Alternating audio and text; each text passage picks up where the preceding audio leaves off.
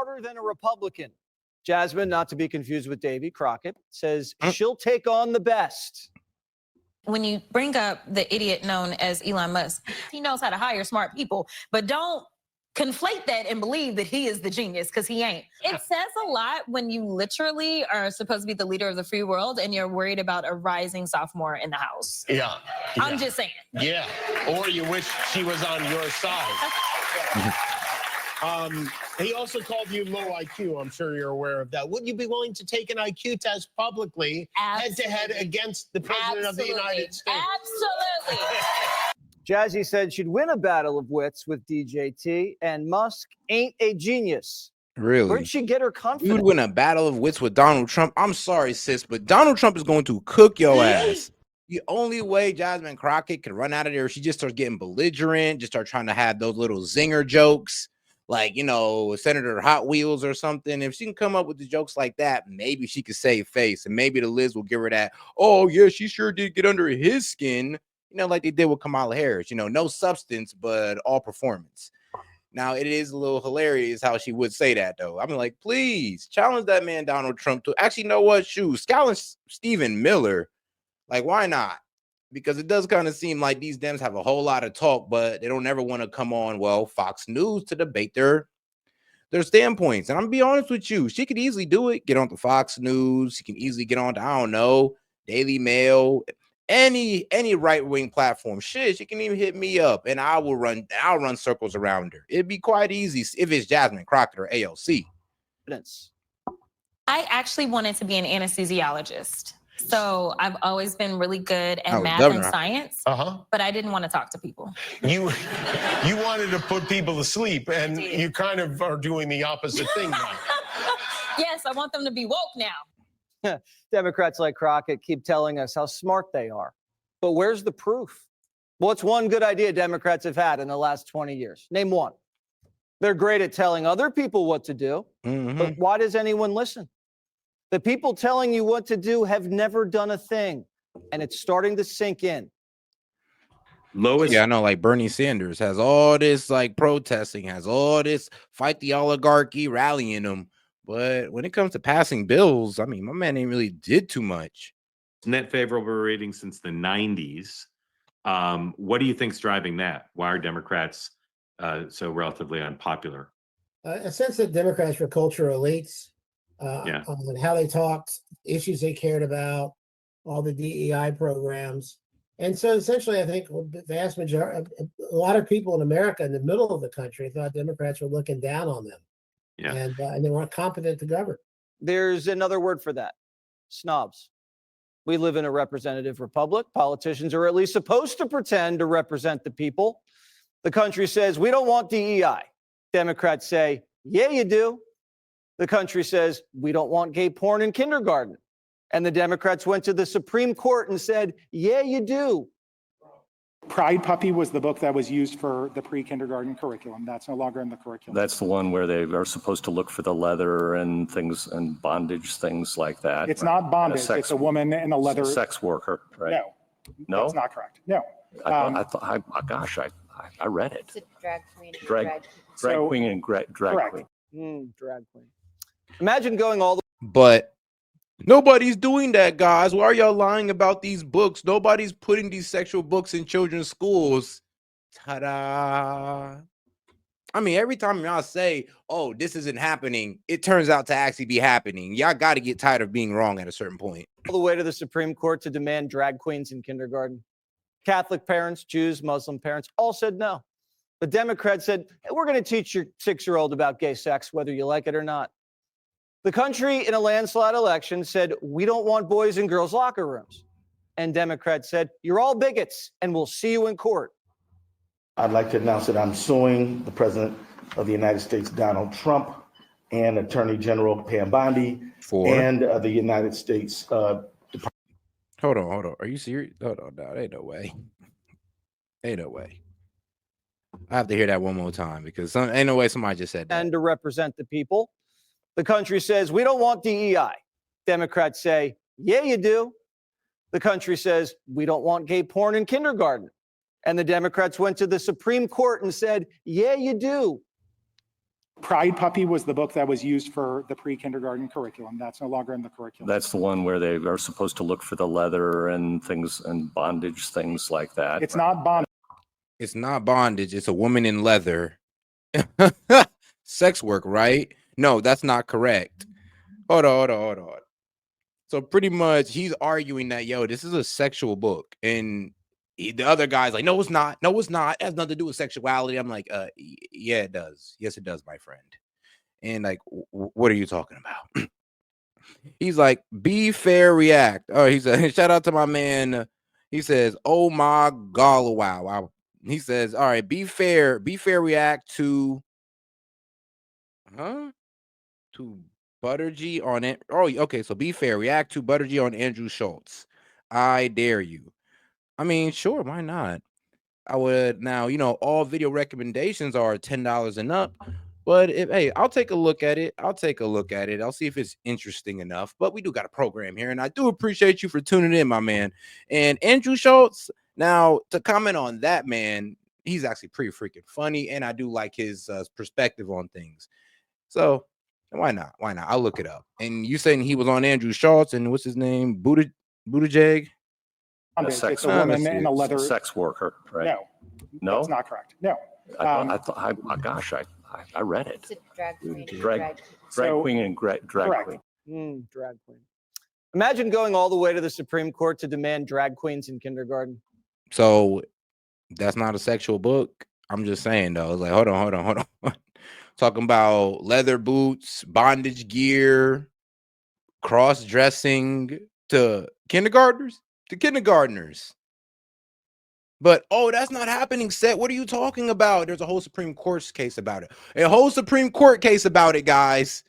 We weren't bullshitting y'all when we said they're actually doing this Looney Tune stuff.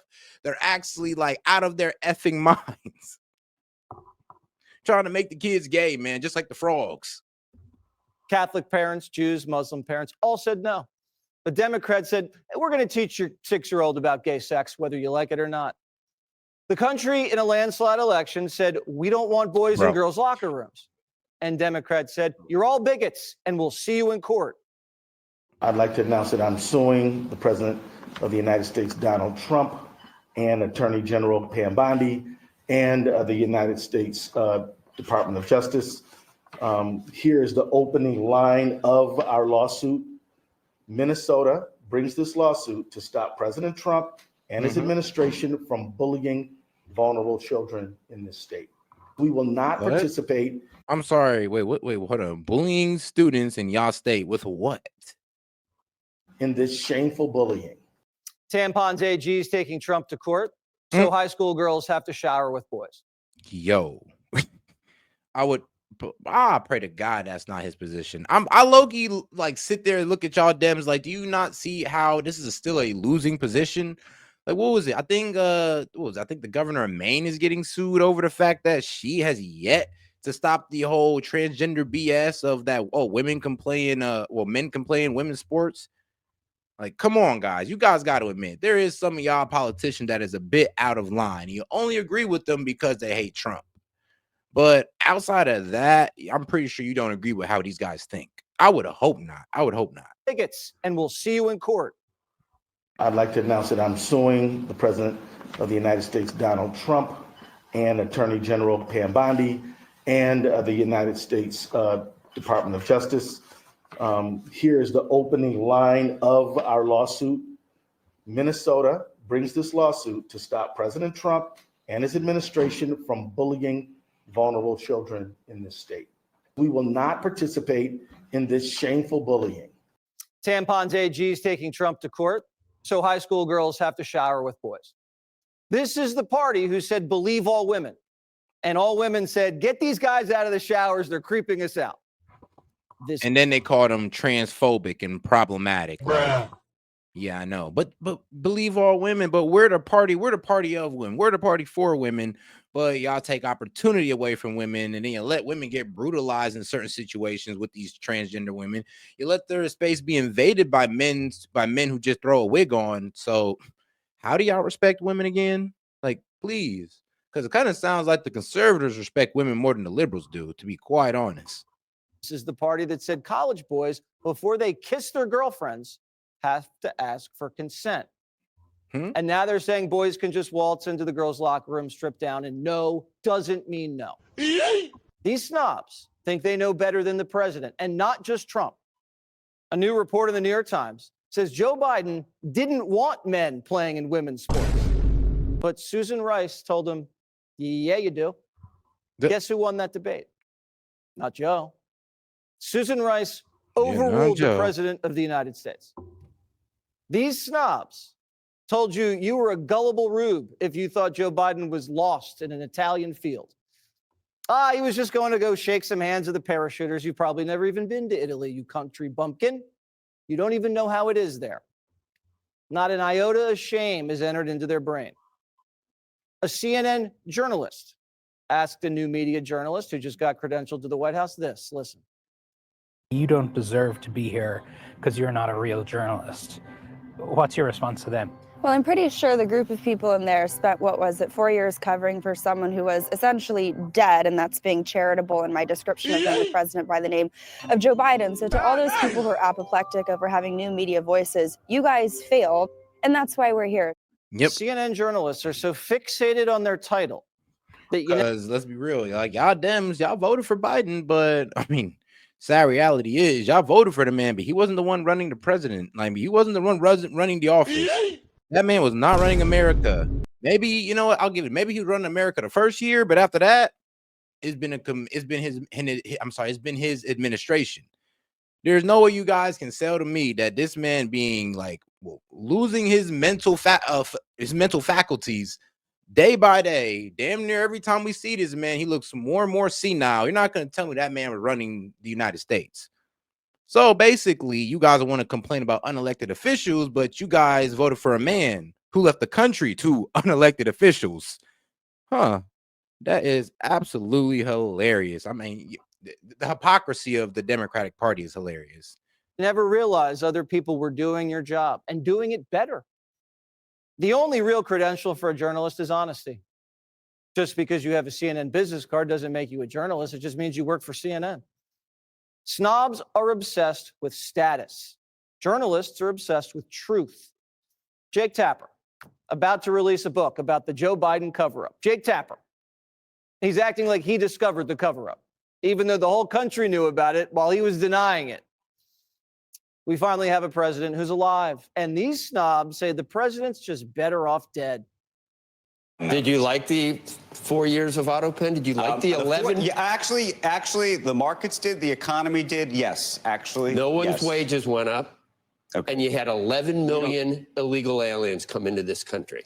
Yep. I know that's okay with you, but you're worried about this one going back. The rule of law was. I am worried about the rule of law. Yeah, but not for 11 million. They totally ignored the rule of law coming here. Now you're talking about it again. The snobs love a dead president or semi-dead president because it makes them feel smarter and more powerful. And they can tell the president what to do and he can't say no. The snobs loved it when the stock market controlled the White House. And now the executive producer of 60 Minutes is quitting because he's demanding total control. He's saying, we want to lie about Trump every Sunday at 7. And the Paramount chairman is like, not great for business. 60 Minutes has been sued by Trump for being unfair, and CBS has a deal that needs Trump's approval to go through. So the 60 Minutes chief was fighting back tears, saying he did nothing wrong. Grown men in the media are crying and won't admit they tossed softballs to Kamala. Yep. Guy's a real drama queen. He thinks the country wants to hear Trump hoaxes all fall after football. The country voted and said Trump's not Hitler. But these arrogant peacocks say, we don't know history. Do we wait until he's Hitler? At what point do you say this guy? I mean, at what point did this man become Hitler? Did he round up a certain group of minorities yet and start executing them day by day? I mean, has that happened yet? I mean, he's rounding up the Mexicans and deporting them. Hitler rounded up Jews and started executing them. I mean, I think you guys are grossly comparing the two, honestly. It's like, come on now, guys. Let's be historically accurate here. Trump has not rounded up a group of people just to take him out the game. But he has rounded up a group of people just to get them up out of our country. Like Hitler, he rounded up a group of, well, Jewish German citizens. Rounded up, got them up out the game. What did Trump do? Round up a whole bunch of illegal immigrants. Wasn't even born in our damn country and just got them up out of here. How is that the same, guys? Like, you guys cannot honestly rationally argue that this man can be compared to Hitler. You can't argue it without sounding stupid. It's a threat to whatever. I'm going to quote the great Barney Fife: nip it in the bud. That's what I say. Nip it in the bud. Don't wait. First, Carville says Democrats should play dead. Now he says Trump should be dead. Carville's telling you to do one thing one day, the next day it's the exact opposite. If this guy was your doctor, your trainer, your financial advisor, you'd fire him. You'd think he was crazy. But he's a political strategist, so you're like, oh, okay. Hollywood says the country's just racist. America made a decision that I strongly disagree with, and it seems that we are reaping the whirlwind right now. Oh, he's a bigot, so...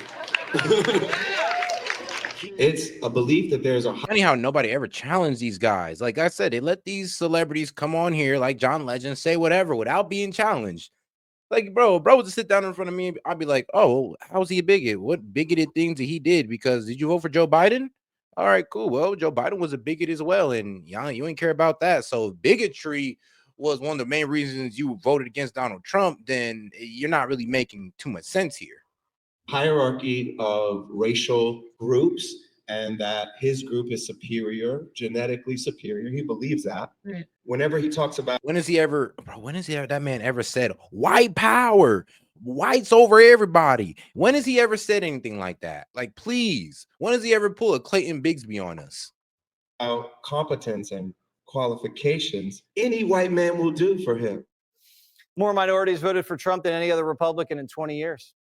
But John Legend is so insightful. All these blacks and Hispanics were tricked. Ironically, especially Hispanics. It is funny that the people he rounding up that y'all say he's racist against, the Hispanics, were one of the main people that voted for him. He's like, hey, bro, no, you need to get all these guys up out of here, okay? Even the Hispanics agree that there are some wild ones amongst them. And trust me, even as me as a black man will admit there are some wild people that they just rushed in here from Africa, Hades, or wherever, and they're causing trouble. Like, we can all admit that and see that, it's not racist if Trump says we got to get him out of here, especially if we voted for this man to get him out of here. Remember, a whole lot of black men like myself and Hispanic men went to that poll and said, you know what, bro, get him up out of there. Just get him out of here. It's like, at this point, at a certain point, even in our head, we was like, bro, we don't even care how you do it. Just get them up out of here. There's too many of them. They done flooded our economy. They done flooded the workforce. They done flooded our cities. Get them gone. They were duped by a white supremacist president.